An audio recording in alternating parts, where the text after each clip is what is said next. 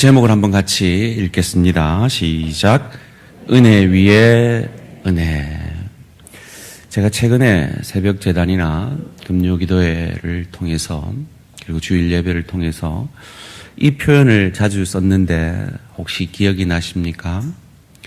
복음은 좋은 교훈이 아니라 좋은 소식이다. 제 말이 아니라 지금 한국교회에 지대한 영향력을 끼치고 있는 미국 맨하탄에서 목회하신 팀 켈러 목사님의 말입니다. 그리고 그 복음에 대한 정의가 오늘 본문 가운데 우리에게 잘 설명되어 있습니다.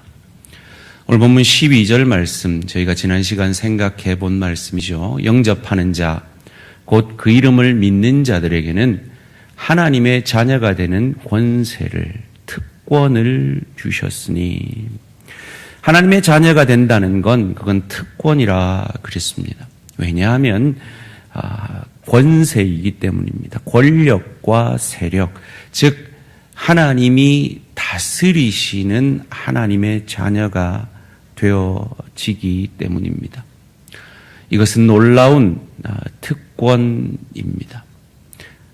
천지 만물의 주관자이신 하나님이 우리를 주관하시게 되기 때문입니다. 그래서 그것을 오늘 본문을 16절에 우리 사도 요한은 은혜 위에 은혜다라고 감격해 하고 있습니다. 오늘 그 감격이 말씀 듣는 우리 모든 성도님들의 것이 되어지기를 주님의 이름으로 축원합니다.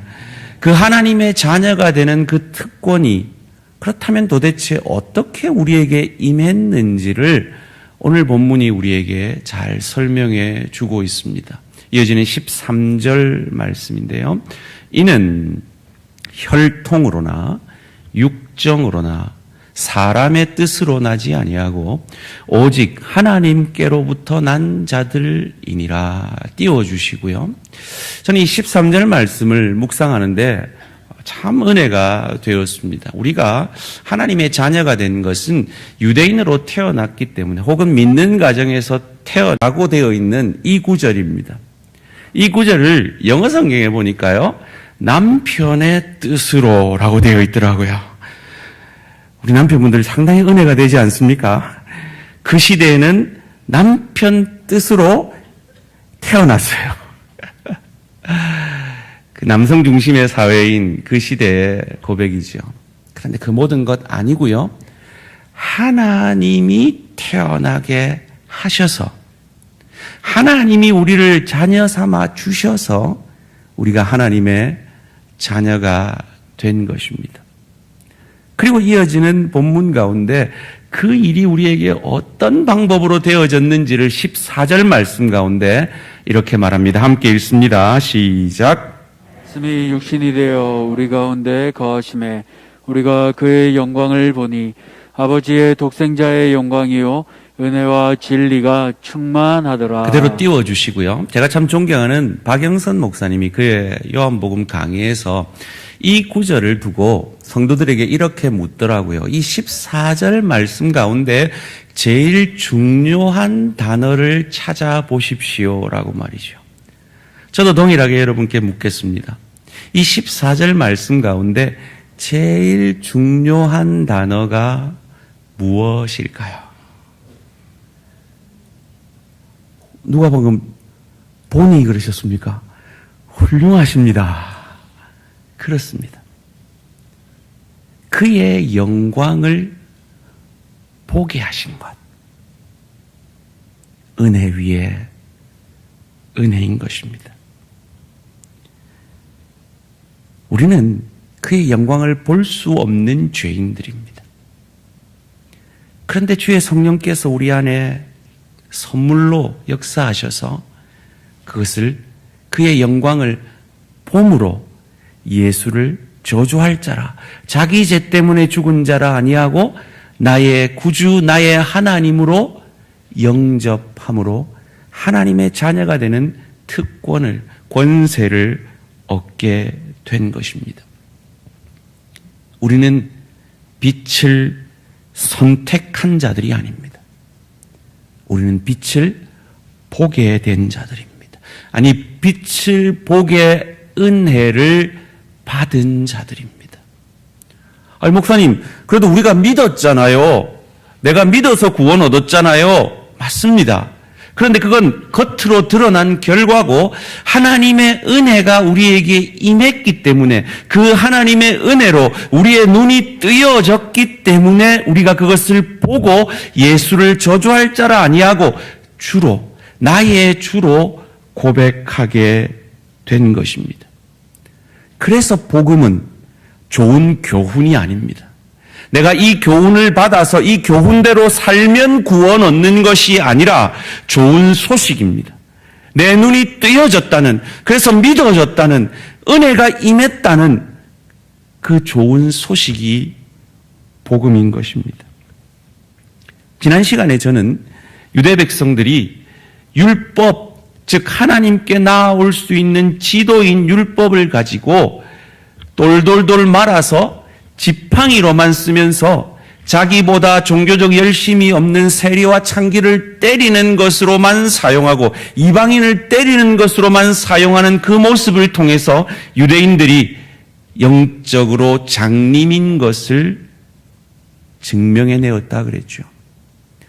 그것을 증명해내기 위해서 이사야는 들어도 듣지 못하며 보아도 깨닫지 못하게 하는 사명을 받았고 그 이사야의 구절을 예수님께서 인용하시면서 예수님조차도 무리들에게는 설명하지 아니하고 제자들에게만 그 복음의 비밀을 설명해 주심으로 말미암아 그들이 메시아가 필요한 길가와 같은 돌짝밭과 같은 가시밭과 같은 그들 스스로는 구원의 열매를 맺지 못하는 존재임을 깨달아 오실 메시아 그리스도를 믿음으로만 구원 얻는 것을 그들로 알게 하시기를 원하셨던 것입니다.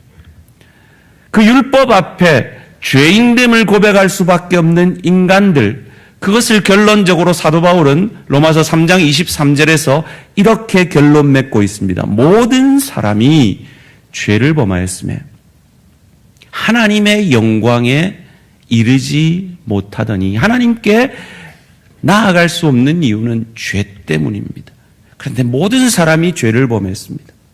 이 로마서 3장 23절 전에 로마서 1장부터 로마서 3장 20절까지는 무엇을 설명하는가 하면 인간이 왜 예수가 필요하고 왜 오실 메시아 구원자가 필요한지를 설명하기 위해서 인간의 죄인됨을 설명합니다. 아주 구체적으로 말이죠. 그 구체적인 항목 가운데 지금 한국 기독교가 싸우고 있는 동성애가 들어가 있습니다. 그렇습니다. 동성애는 죄입니다.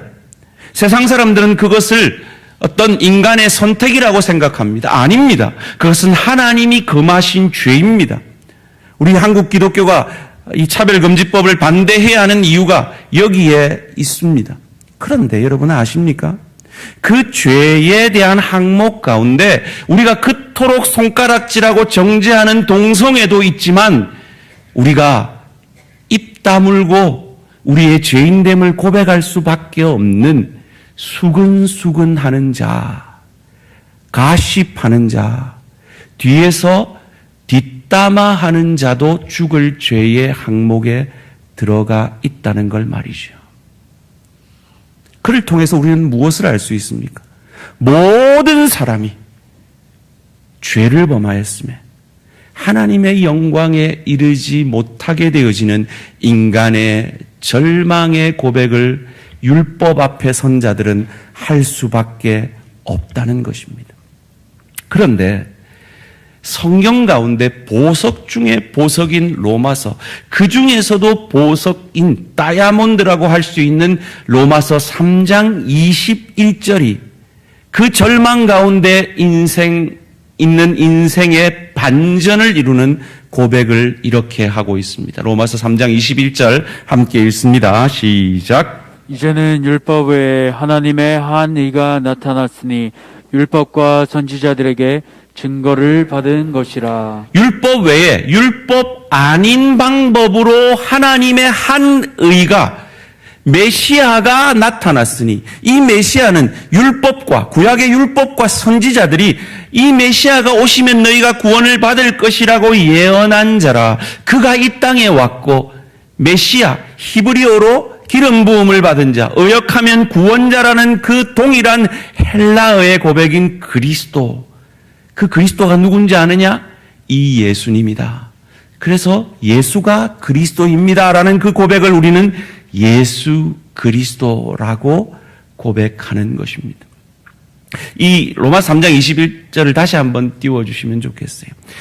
이 로마서 3장 21절에 생략된 번역이 있습니다. 그건 바로 접속사입니다. 그러나, 정확하게 번역하려면 그러나 이제는 이라고 번역해야 합니다. 그래요. 동성애자도 멸망받습니다. 가십하는 자도 멸망받습니다. 그러나 이제는 율법으로는 하나님께 이를 수 없었던 우리들이 율법과 선지자들에게 계시된 오실 메시아, 구약이 말하고 있는 그 메시아가 신약에서 오셨고 그리고 다시 오실 그 구원자 예수 그리스도로 말미암아 구원을 받게 되었다는 겁니다. 그것을 이어지는 22절, 24절이 이렇게 말합니다. 곧 예수 그리스도를 믿음으로 말미암아 모든 믿는 자에게 미치는 하나님의 의니 차별이 없느니라. 그리스도 예수 안에 있는 속량으로. 방금 우리 장로님 기도하실 때 이 표현을 썼습니다. 구속이라는 단어가 있죠. 이 속량으로 말미암아 하나님의 은혜로 값없이 의롭다 하심을 얻은 자 되었느니라.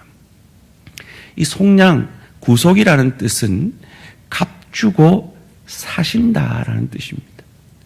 예수님의 그 의로우신 피, 인간을 대신하여 길가, 가시밭, 돌짝밭 같은 그 인간을 대신하여 밭이 되어 주셨는데 좋은 밭이 되어 주시고 죄 없으신 의인으로 이 땅에 살아주셔서 그 우리를 대신하여 그 의로우신 피를 흘려주시고 그 피값으로 우리를 사주심으로 말미암아 우리가 의인되었다는 겁니다. 오랜만에 한번 여쭤보겠습니다. 여러분 의인이십니까? 죄인이십니까? 아이고 여기서 막 나온다. 이제 막 답이 나온다. 뭐라고요? 제가 이 질문을 하면 그냥 답하면 안 된다 그랬죠. 아직 이 답을 모르시는 분은 대한가족에서 한번 오기를 꼭 수료하시기를 부탁을 드립니다. 생각이 안 나시는데 수료한 분들은 다시 한번 수료해 보시기를 부탁을 드립니다. 뭐라고 반문하셔야 된다 그랬습니까? 신분적으로요, 수준적으로요. 지금 목사님이 묻는 그 의인과 죄인됨의 질문이 신분적인 의인과 죄인을 말하는 겁니까? 수준적인 의인과 죄인을 말하는 겁니까? 라고 반문하셔야 된다 그랬죠. 예수님께서 그 의로우신 피값으로 우리의 죄값을 치루어 주심으로 우리는 신분적으로 의인이 되었습니다. 그래서 하나님의 자녀가 되는 권세를, 특권을 누리게 된 것입니다. 왜요? 속량해 주셨기 때문에요. 그것을 에베소서 2장 8절 9절에서는 너희가 그 은혜를 인하여 믿음으로 말미암아 구원을 얻었나니 이것이 너희에게서 난 것이 아니요 하나님의 선물이라. 행위에서 너희의 믿음의 행위로 너희가 좋은 교훈을 들어서 그 교훈을 지킴으로가 아니라 하나님의 은혜로 주어진, 선물로 주어진 것이니라 라고 말씀하고 있는 것입니다.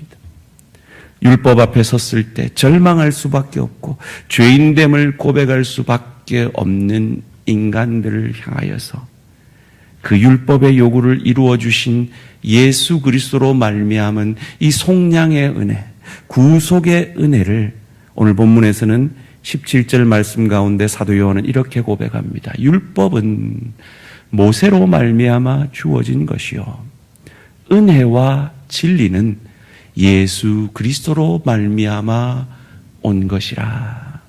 이 은혜와 진리가 우리에게 임하기 위해서 어떤 역사가 있었습니까? 오늘 본문 14절 말씀이 육신이 되어 우리 가운데 거하심에 우리가 그의 영광을 보니 아버지의 독생자의 영광이요 은혜와 진리가 충만하더라. 하나님의 자녀가 되는 이 특권이 은혜 위에 은혜인 첫 번째 이유는 우리가 주의 영광을 보게 하셨기 때문입니다. 우리의 눈을 띄워 그것을 보고 믿게 하셨기 때문입니다. 그런데 이 일은 그냥 이루어진 것이 아닙니다. 두 번째로 하나님의 자녀됨이 은혜 위에 은혜인 이유는 우리로 주의 영광을 보게 하시기 위해 말씀이신 하나님이신 그분이 예수께서 육신이 성육신의 은혜로 우리를 찾아와 주셨기 때문입니다. 율법을 줬는데 순종할 능력이 없는 우리인 것을 아시고 그 말씀을 친히 이루시기 위해서 그 말씀이 육신이 되신 겁니다. 예수님은 이 땅에 오셔서 대표적인 5가지 대속 사역을 이루셨습니다. 그 첫 번째가 말씀이 육신이 되신 성육신입니다. 두 번째는 그의 공생의 첫 번째 가운데 우리가 늘 지는 그 시험을 우리 대신 대속의 사역으로 시험당해 그 시험을 이겨주신 겁니다. 세 번째 대속의 사역은 세례 요한이 그토록 만류하는데도 하나님의 의를 이루기 위해서는 반드시 필요하다고 고집하시며 인간의 대표자인 세례 요한에게 세례 받으심으로 그 인간의 모든 죄를 전가받으시는 세례 받으심입니다. 그리고 네 번째로 그는 십자가상에서 의인이신 그분이 죽으실 수 없는 그분이 우리 모두의 죄를 짊어지시고 하나님의 그 죄를 향한 저주를 받아 그 의로운 피를 우리 대신 흘려 주심으로 우리를 속량하셨습니다. 값주고 사셨습니다. 그리고 다섯 번째로 그분은 그 죽음을 이기고 부활하심으로 우리의 주가 되어 주시고 주를 믿는 우리에게도 부활의 소망을, 천국의 소망을 허락하여 주신 것입니다. 예수님이 이루신 이 은혜와 진리는 사실 대립적인 것입니다. 마치 십자가상에서 하나님의 공의와 하나님의 사랑이 대립적인 것처럼 말이죠. 그런데 이 대립적인 하나님의 공의와 사랑이 십자가에서 그 죄를 향한 그 공의의 심판을 이루시며 그 심판을 내가 받아야 하는데 예수님께서 대신 받아 죽어주시는 그 사랑으로 말미암아 이 공의와 사랑이 하나 된 것처럼 그 예수의 십자가 사랑으로 말미암아 이 예수님이 우리 안에 은혜와 진리를 완성해 주신 것입니다. 그로 말미암아 우리 안에 새로운 일을 시작하셨습니다. 새로운 언약을 이루셨습니다.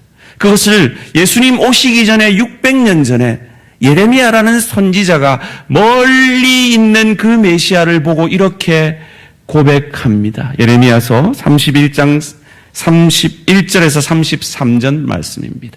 여호와의 말씀이니라 보라 날이 이르니니. 이 날이 뭡니까? 메시아가 오시는 날입니다. 그 구원자가 이 땅에 오시면 내가 이스라엘 집과 유다 집에 새로운 언약을, 율법을 지킴으로 구원받는 옛 언약이 아니라 새 언약을 맺으리라.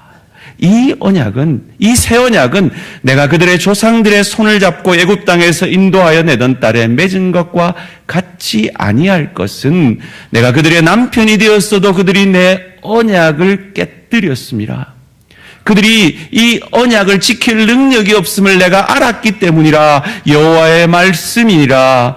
그러나 그날 후에 내가 이스라엘 집과 맺을 언약은, 새 언약은 이러하니 곧 내가 나의 법을 그들이 나를 찾아오는 것이 아니라 내가 그들 가운데 찾아와서 그들의 속에 두며 그들의 마음에 기록하여 나는 그들의 하나님이 되고 그들은 내 백성이 되므로 내가 그들을 다스릴 것이라. 그들은 하나님의 자녀되는 권세를 누림으로 나의 다스림을 받게 될 것이라. 여호와의 말씀이니라. 이 얼마나 놀라운 은혜입니까? 이 은혜를 세례 요한은 오늘 본문 16절 말씀 가운데 이렇게 고백합니다. 함께 읽습니다. 시작. 우리가 다 그의 충만한 데서 받으니 은혜 위에 은혜로라. 이것이 왜 은혜 위에 은혜입니까? 계속 띄워주시고요. 이 은혜가 나의 충만함으로 내게 주어지는 것이 아니기 때문입니다. 이 은혜는 그의 충만함, 메시아 그리스도 예수의 충만함으로부터 우리가 거저받는 것이기에 은혜 위에 은혜입니다.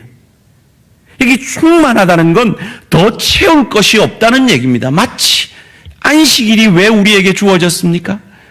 안식은 하나님이 창조하시고 난 이후에 그 창조가 더할 것이 없이 완전했기 때문에 쉬신 겁니다.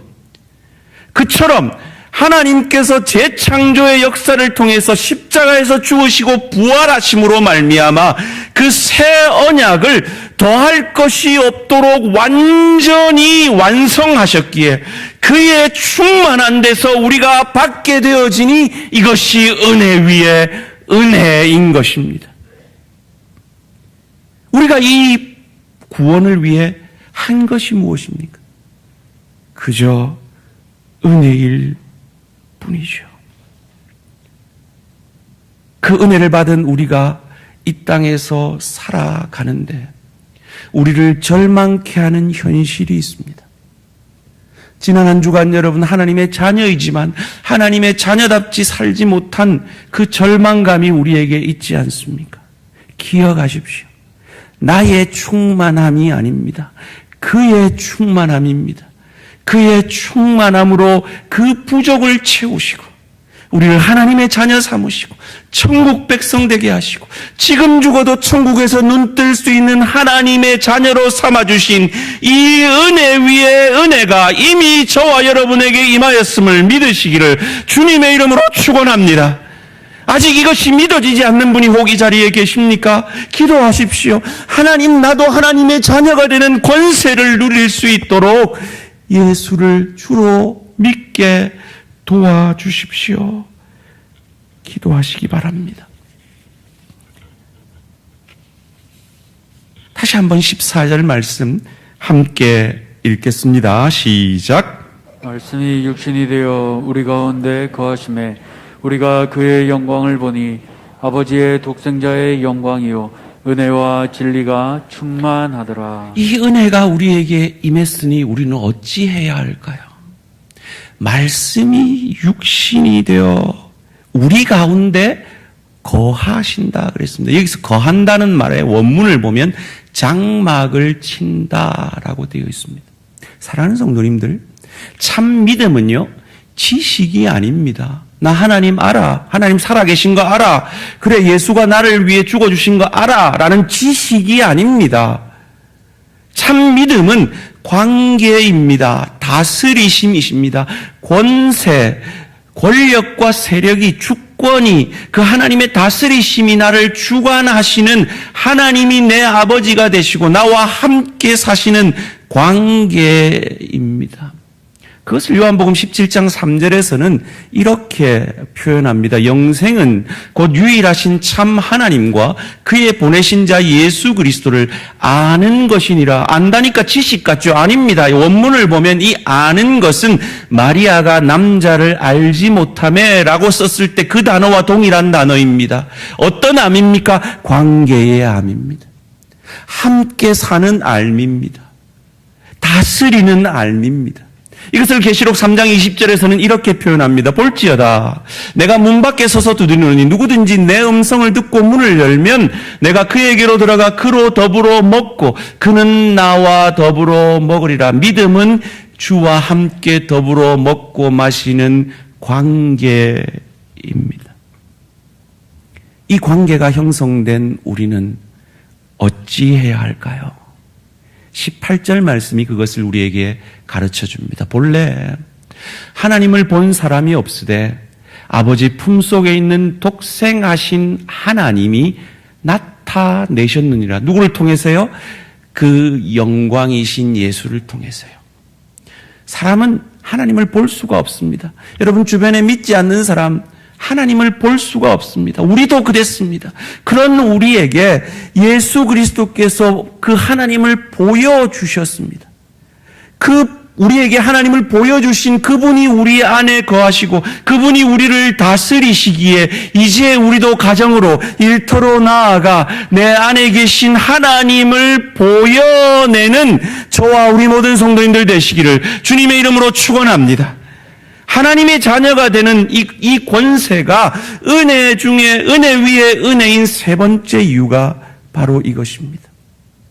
우리로 주의 영광을 보게 하시기 위해서 육신이 되신 예수님처럼 그분을 통해서 우리가 하나님을 보았던 것처럼 이제 우리도 내 안에 계신 예수님을 통해서 내 가정에서 일터에서 하나님을 보여낼 수 있기 때문에 하나님의 자녀가 되는 이 특권이 은혜 위에 은혜인 것입니다.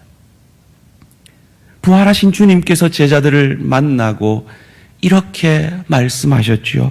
요한복음 21장 17절 말씀입니다. 세 번째 이르시되 요한의 아들 시몬아 내가 나를 사랑하느냐 하시니 주께서 세 번째 내가 나를 사랑하느냐 하심으로 베드로가 근심하여 이르되 주님 모든 것을 아시오매 내가 주님을 사랑하는 줄을 주님께서 아시나이다.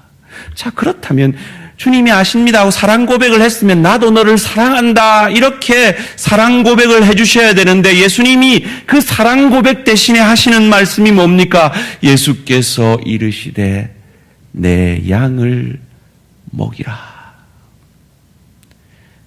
네 안에 있는 하나님을 보여내어라 라고 말씀하십니다. 하나님이 우리에게 사역을 맡겨주신 이것이 바로 예수님의 우리를 향한 사랑의 고백이라는 말입니다. 남편이십니까? 아내이십니까? 부모이십니까? 자녀이십니까? 여러분에게 그 가정 사역을 맡기신 것은 하나님의 우리를 향한 사랑의 고백입니다. 여러분이 일터에서 그리스도의 대사로서 소금과 빛 되시기 위해 하나님이 여러분에게 맡기신 그 일터 사역자로서의 그 사역을 주님께서 맡기신 이유도 우리를 향한 사랑의 고백인 것입니다. 주의 교회의 직분과 사명을 우리에게 맡겨주시고 그 주의 교회의 사역을 감당하게 하신 그것 또한 하나님이 우리를 향한 사랑의 고백이며 그것을 충성스럽게 감당한 하나님의 사람은 하나님 앞에 섰을 때 그 상을 보게 되고 받게 될 것입니다. 그 사역을 충성스럽게 감당함으로 그리스도 예수처럼 하나님을 보여내려 힘쓸 때 우리도 모르게 예수 그리스도를 닮아 그분이 주인이신 저 하나님 나라를 누리고 즐길 수 있는 실력과 인격에 하늘 상급을 저와 여러분은 받게 될 것입니다.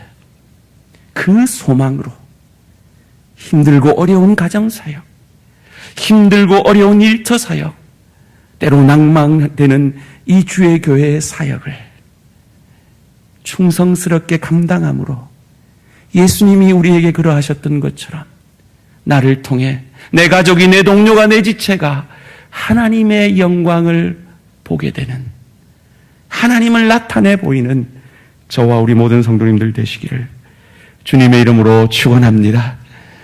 그러므로 말미암아 하나님께서 영광 받으시고 하나님께서 우리를 감격해 하실 것입니다. 그 믿음의 소망을 가지고 우리에게 주어진 모든 것이 은혜입니다. 그리고 그 은혜의 통로로 복의 통로로 쓰임받는 우리의 인생 되게 하시옵소서. 찬양으로 결단하며 고백해 드리기를 원합니다. 은혜 위에 은혜로다. 이 감격의 고백이 우리 안에 터져 나오기 위해서는 내가 본 것이 아니라 하나님의 은혜로 보게 된 것을 믿으셔야 합니다. 그 일을 위해서 주님이 낮아지시고 주님이 죽어지시고 말씀이 육신이 되심으로 그 일이 이루어졌습니다. 그러기에 우리도 하나님을 보여내기 위해서는 예수님처럼 우리도 가정에서 일터에서 주의 교회에서 죽어지고 낮아짐으로 그 놀라운 축복의 역사가 우리의 것이 될 것입니다.